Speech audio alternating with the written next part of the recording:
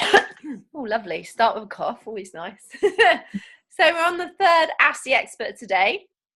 So I've got a list of questions to run through. And we're also going to have a quick look at, being the end of, 1st of February today, we're going to look at the monthly review quickly.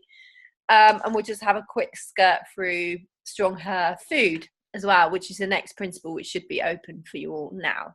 So I think let's start with questions though, and let's rattle through those. Let me just get them back up a sec. So, excuse me, I'm just at the end of a cold and I can't seem to shake off that last bit of it. It's really annoying me.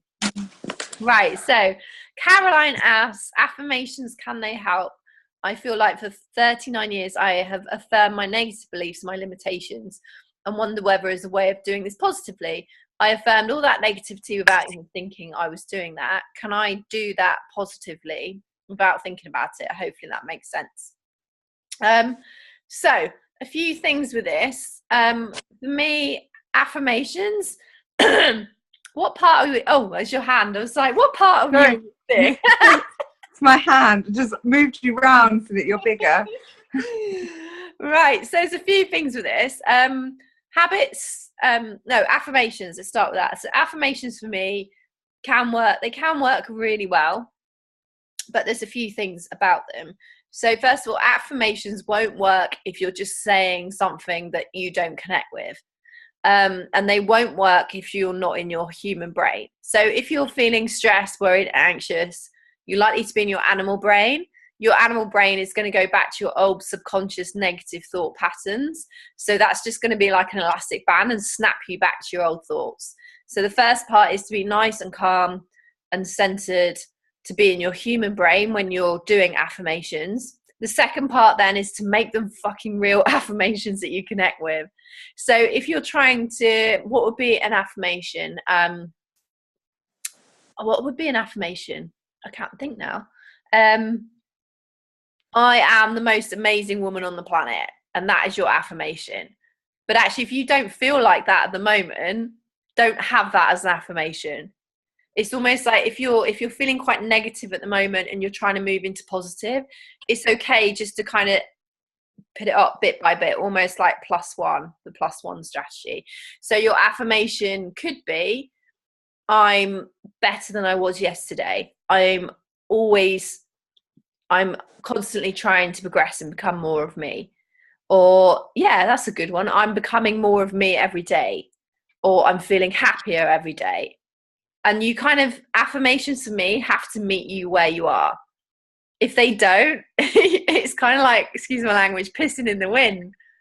Because if you're not in your human brain and then you're telling yourself something that you have absolutely no belief in right now, it's never going to work. Never. And the bit annoys me around when affirmations are kind of within part of mindset work is that without those two things, that you are literally talking to yourself in the mirror, like just randomly. It's just not going to bed in for your mind or your brain to latch onto something that has to meet yourself where you are. You have to accept where you are and then create an affirmation based on that. So for Caroline, if she's starting off from quite a negative place, and we're amazing at then drilling in that negativity, it would be an affirmation that kind of fits with where she is right now. So that could be, I'm taking steps forward every day. I'm becoming more, I think becoming more of me every day is a great one, because then that's not an inference of good or bad. And also from a brain perspective, remember that the brain is highly negatively wired. It's the biggest bias the brain has, because negativity links to survival. Therefore, the more that we can see negativity, the more likely we are to survive. If we know it's there, what's this thing? We're not sure about that. Highlight it, find it. So I would also urge Caroline or anyone just with, if they feel like they've got a lot of negativity and a lot of negative beliefs, two things. Firstly, go through the belief upgrade process. So actually take your biggest negative belief, put it through the process of taking down that belief, and then the process of creating a new belief.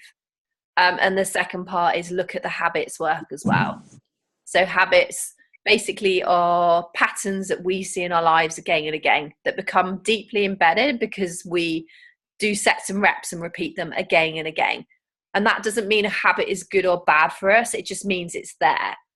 So, for example, if you had a habit of someone says something that triggers you and that makes you feel, then you start kicking your ass, and it's someone says to you, oh, did you not think of doing that differently? But then for you, it leads into all kind of a big story around, I'm not enough, I'm not good enough, I failed again, and all these sort of things. If you feed that, that will become like the belief and the habit that runs. Whereas if you can start to show yourself that it's not true, part A of the belief upgrade process, then create a new belief, that's part 1 and 2. And then also build the habits that support that new belief. That's quite a long-winded answer. Does that make sense? Yeah, totally. Yeah. Yasmin's that, yeah. Yeah, sure, yeah. Cool. And with habits, there's 3 parts to creating a new habit that serves you better. And that's an acronym, which is AIR. You've probably heard me talk about this before. And AIR just stands for awareness. So first of all, get very aware. So if it's around a belief or thinking, get very aware of what you're thinking and become the guardian of your own thoughts. And ask yourself when you're thinking something, it's quite a lot to start with, quite intense. Is this true? No, fuck off. And it's almost becoming kind of like the defender of your peace of mind. First one is awareness. Second is intention. What is the intention to change this habit? So if it's related to diet, what is the intention? The intention is I want more energy. The intention is I want to have more energy to play with my children, because that means I have a close connection to them, for example. Does that make sense? So intention, what's your big why behind it? And then sets and reps. So R is reps. So how can I repeat that new habit again and again and again? So yeah, it's quite a bit there from one question, but I think it was kind of beliefs, affirmations, beliefs and habits as well. Does that make sense? Mm-hmm. Yeah, cool. Yeah. And then the next question was also from Caroline, which is a really good one. Me again, I've done my values work, but I'm not entirely sure I've got my values right. Not quite sure one of them fits right. Can you give any guidance on that? I'm hoping to be home in time to join live. Excuse me, just scoffed my dinner down. Right, so values. So anyone that's done the values work, some of you might have bright, big light bulbs with it.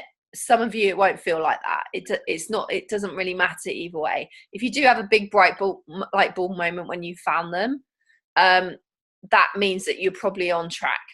But with values, the thing with values is that the finding of them does take time sometimes, and it's not just like a one-hit process.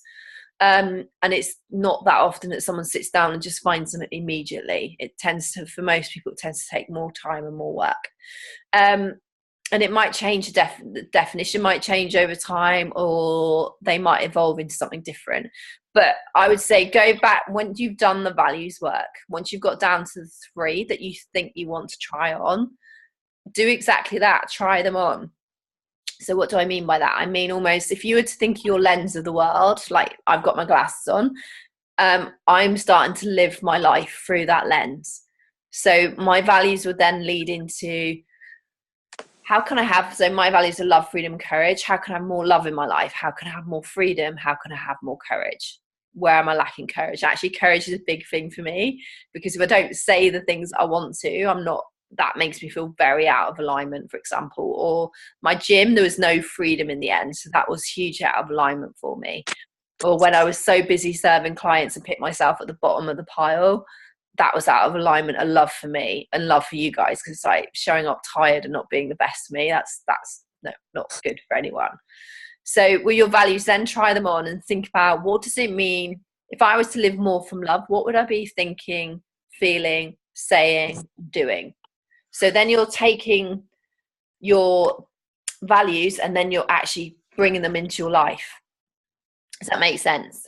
Mm-hmm. Yeah. So you can literally try them on. And if one doesn't feel quite right, it might be that there's a value that kind of relates to it. So if it was truth, and actually your value originally was honesty, it might be the truth is more of a word that resonates, or the value that resonates more with you. So it's kind of a process of iteration, almost like an experiment. I'm going to pick these 3. they feel really good for me. I'm going to try them on and see if I put that lens on of those 3 values, how do I feel? What does my life feel like? Do I feel, as I move towards them, do I feel really good? And if I'm out of alignment with them, do I feel like something's off? Like I don't feel like myself. And it's quite an iterative process. Yeah. Have you guys done values? Yeah, I did values. Yeah. How did you find it, my but, lovely? yeah, I found it really helpful. But the thing is, I have to keep reminding myself of the values. That's the thing, and it's like an actual exercise to remember. So I can easily it will just be, my forget lovely. about It's brand new. and, yeah. So, but I'm trying to make a bit of a conscious effort with it, and it does help. Yeah. Good. I'm glad to hear that. But if you're very visual, make them visual. Like have it on your phone, have something around your house. If you're more written, like how can you check in each day against them? It depends kind of how you best learn and embed things. So just think about, for me, I'm quite visual. So what would be, I don't know, mine are so deeply, like mine felt like coming home to me. Almost felt like I was coming home when I went, oh, it kind of joined up the dots of my life backwards. It was like, right, okay, I get who I am now. I get why I did that. I get why I used to say those things. I get why it didn't work with this guy. I get, all those sort of things. It should feel like that at some point. Not it should, but hopefully for some of you, it will feel like that at some point. I know for Holly, it was a big like, I get myself now. It doesn't need to be like that, but hopefully over time it will become like that. Things should make more sense. Yeah. And I think values are the biggest. When I talk about knowing yourself, values is the biggest part of that for me, or one of them. Huge. Yeah, cool. Right. Next up we have Erin, and then I'll go into yours, Yasmin. 2 secs. Let me just get the question up. Excuse me. Right, here we go. We had a bit of a chat about this earlier as well. Just so I could understand the question. I wasn't quite understanding it. So this is from Erin. So I'm having a hard time changing my I am not lovable, worthy of love belief. My love languages are acts of service, quality time, physical touch, and receiving gifts. Anna sent me homework to notice 5 moments of appreciation over the course of the week and take a moment to feel them, but I am struggling to do that. Words mean pretty near to nothing to me, and my walls are pretty high. Where should I start to accept, reprogram my brain to be vulnerable, notice affirmation, accept compliments, that sort of thing?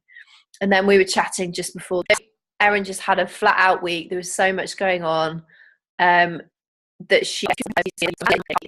you just slow down. So Erin was mission slow down. And again, she has 3 children. So it's not that easy, and one of them is very young and sleep and all that sort of stuff.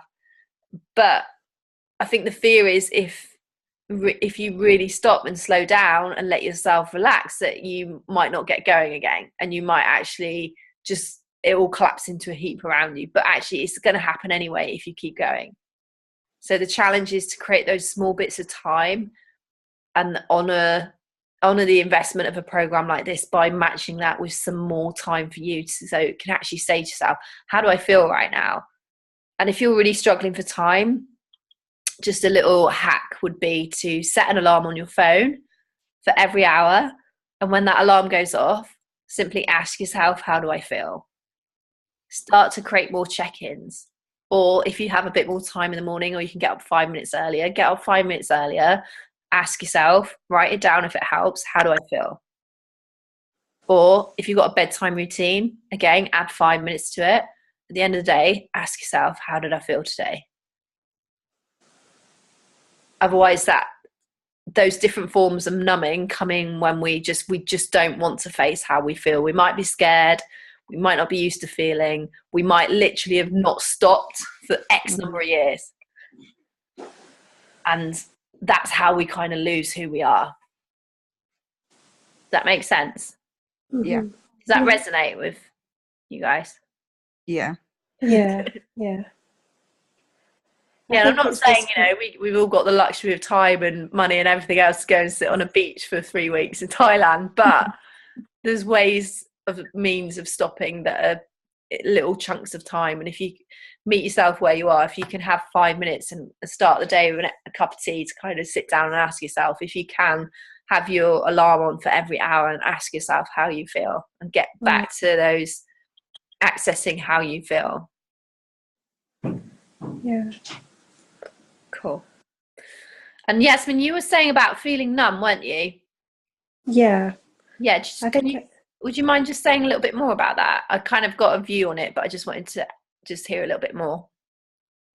Yeah, I've just been feeling numb these past few weeks, but I don't know if that's just me being exhausted through going through the divorce. Yeah. But at the same time, it feels like I've got this complete brain fog and I don't quite know what to do from now on. So yeah, okay, that's fine.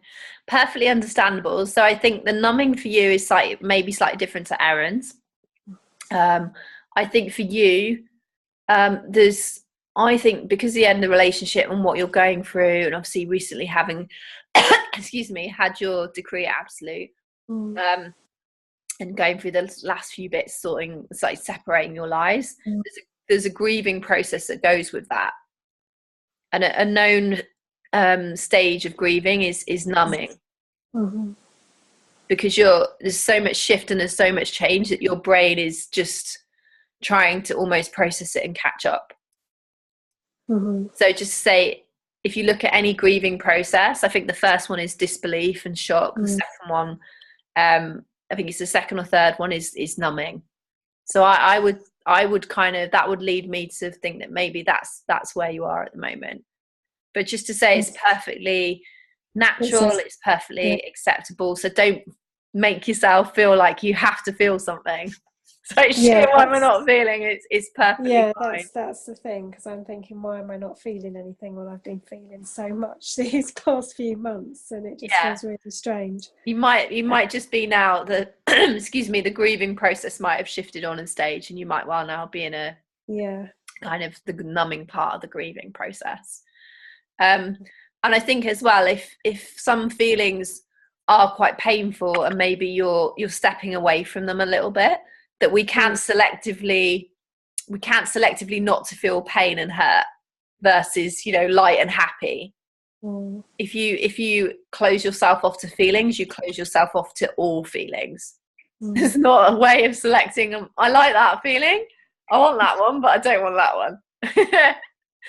So I'm not saying that you're doing that, but it might just be worth thinking about that. Actually, if there's been a lot of pain recently and you've been working on feelings a lot, maybe it's almost like you're trying to give yourself a bit of a break and slow down and process all the great stuff that you've done. But it's just that you can't selectively, if you're feeling numb, you can't then choose to feel the good feelings and not the negative feelings.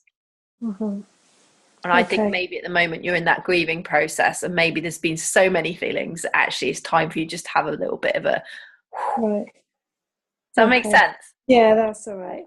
So it feels so how long have you felt like it, my love? Just for the last sort of week or two, because I'm still going through the financial settlement at the moment. So that did take a lot out of me, and so I'm sure, my lovely, I'm sure. But just be patient with yourself. Just it's a difficult thing to go through. Absolutely. Okay. Thanks. Anything else? Because you guys get the benefit of it's just us. Yes, we had a quick kind of run through, didn't we, before we? I think that's probably the majority that I've been thinking about recently. So that and bikini prep, but I think I've got that down at the moment, so it's all good, really. You'll be fine. You're doing great. Right, should we have a quick look? Let's have a quick look then. I'm going to share my screen. Get rid of that a sec.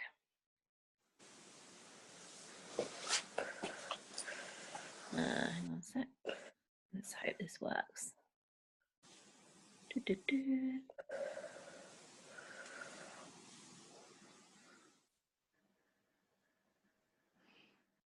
slowest MacBook in the world currently. I think I have to invest in something new because this is just getting slower and slower. There we go. Desktop. There we go. Although my Wi-Fi gets worse when it's windy. If there's a storm, it gets loads worse. I don't even know what that's about.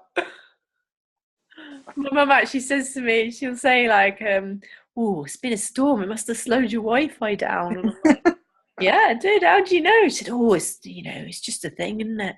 It's just something that happens." I'm like, "Well, yeah, kind of, but it seems a bit weird."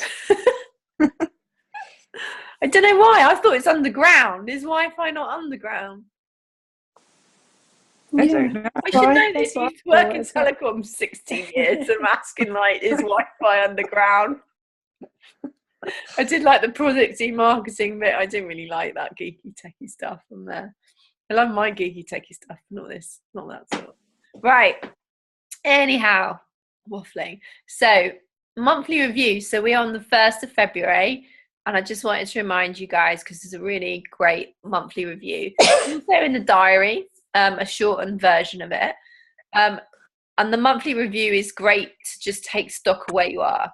So we worked together for 6 months, but it's getting you into that routine and structure of, like, obviously we've got a weekly process and structure that works really well for setting you up for the week, checking in with yourself, and then looking back at your week.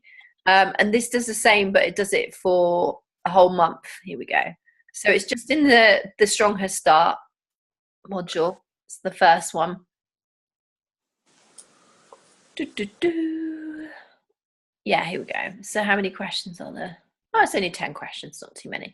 So monthly review is just to kind of get you to hit pause and just see where you are right now, because the seeing where you are brings clarity. And clarity means that then you can truly start to move on. But you're doing it in a way that's relevant to where you are right now. It's kind of like if you start your sat nav won't be able to get you from A to B if you don't know where A is. That makes sense. So you're setting yourself up with clarity on where you are right now.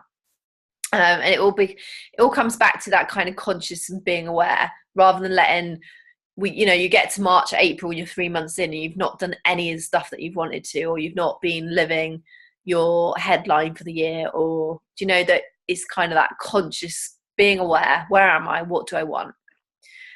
So monthly review. So number 1, what was the best thing that happened this month? Your big win.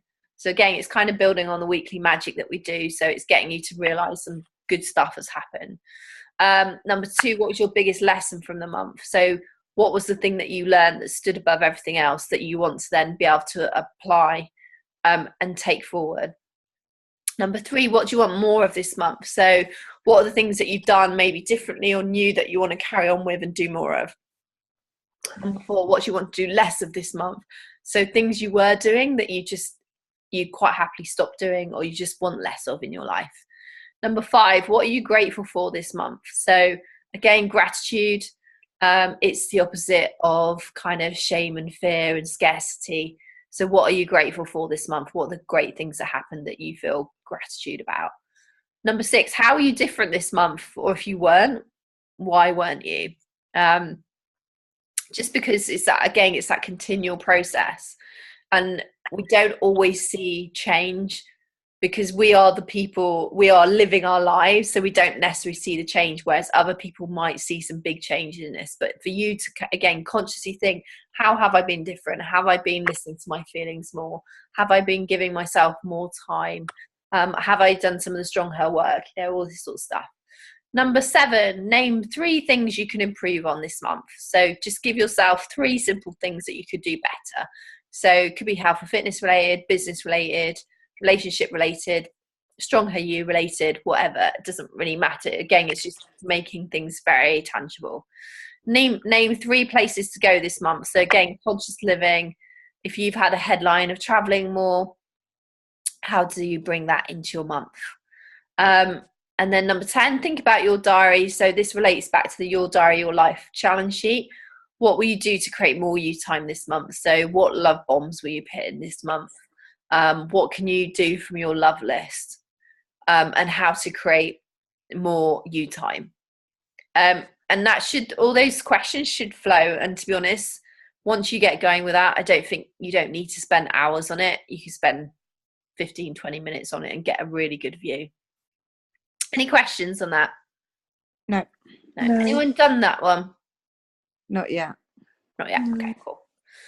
Definitely worth doing, and it's in the diary as well. I know you guys got diaries, so it is actually in there. I think it's a slightly shorter version, if I remember rightly. Right, let's whiz through StrongHer food. So me with, I don't know what that is, I think it's banana split type thing. That looks amazing. Still on my gut reset.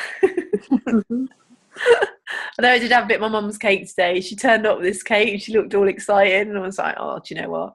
I'm not going to upset my mum for the 4.5 weeks of my gut reset. So bless her. So StrongHer food. So this is all about, again, starter video, but really the core of this is helping you to fall back in love with your food.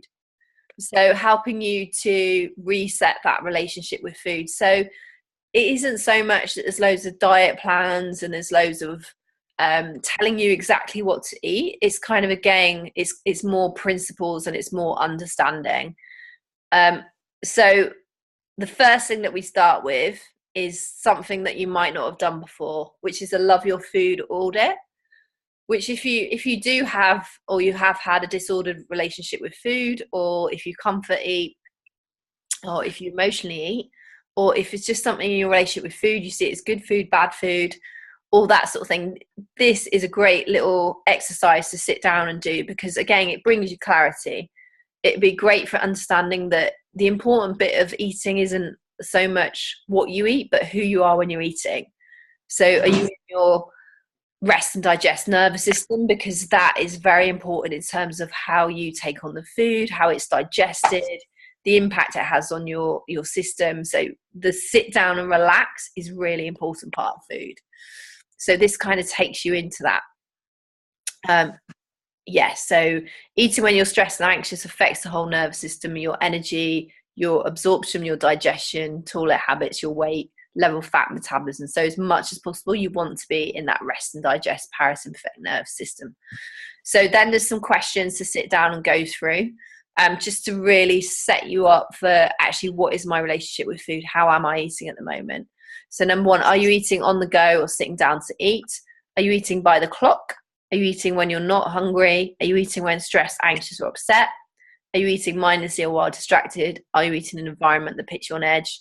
Are you eating in a hurry and rush? Are you eating foods that don't create joy? So the 3 joys from food: are you looking forward to it? Does it look nice on the plate? You excited about eating it? I fucking love food. How do you feel after this meal? So it's a very different approach, but really for anyone that is struggling with any body related issues or relationship with food, or they've been on a diet all their life, or they're yo-yo diet, so that is a great place to start.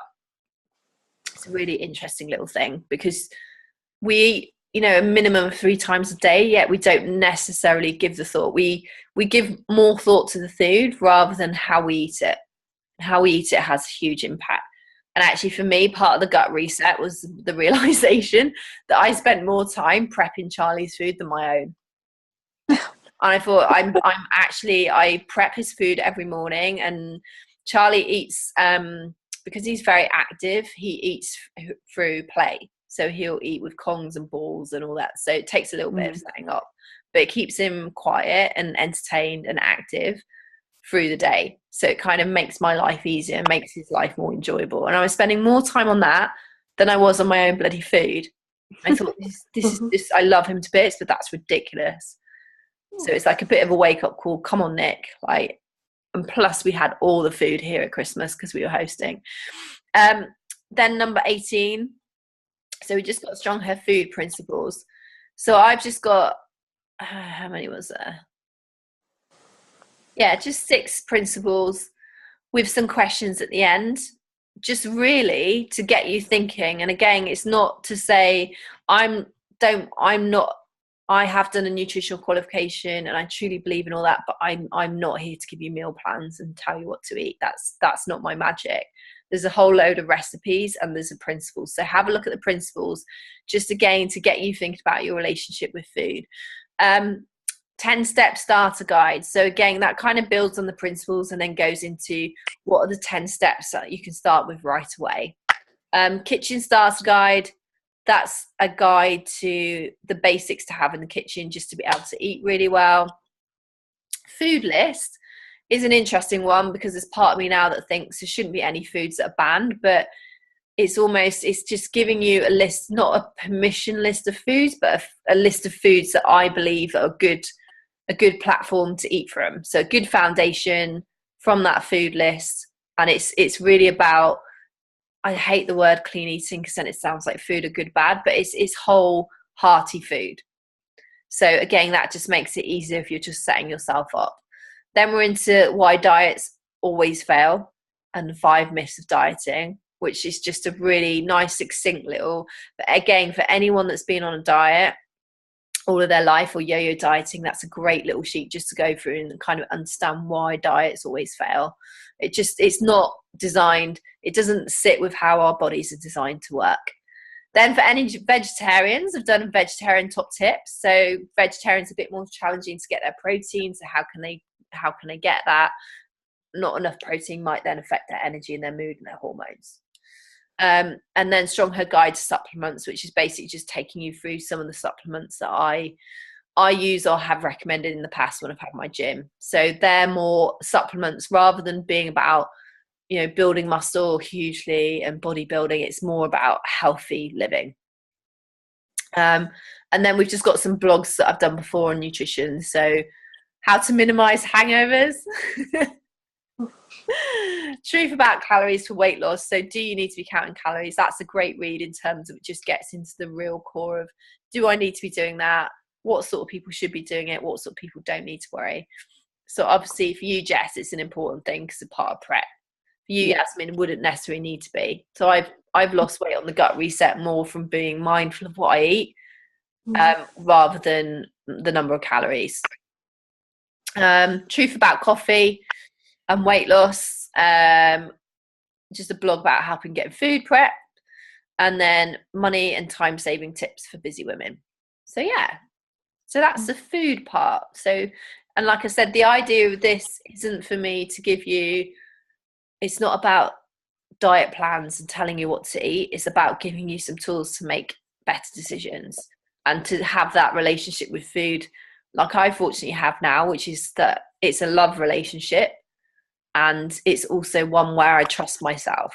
I intuitively know what I need and what I need to eat. If I wanted to really cut and really get a 6-pack back, that would probably be calories and kind of cutting. I don't want to do that at the moment. It's not my thing. So for me, it's that trust and belief in myself that I know what my body eats and intuitively eating. And the more you can cut out the noise in terms of being on your phone,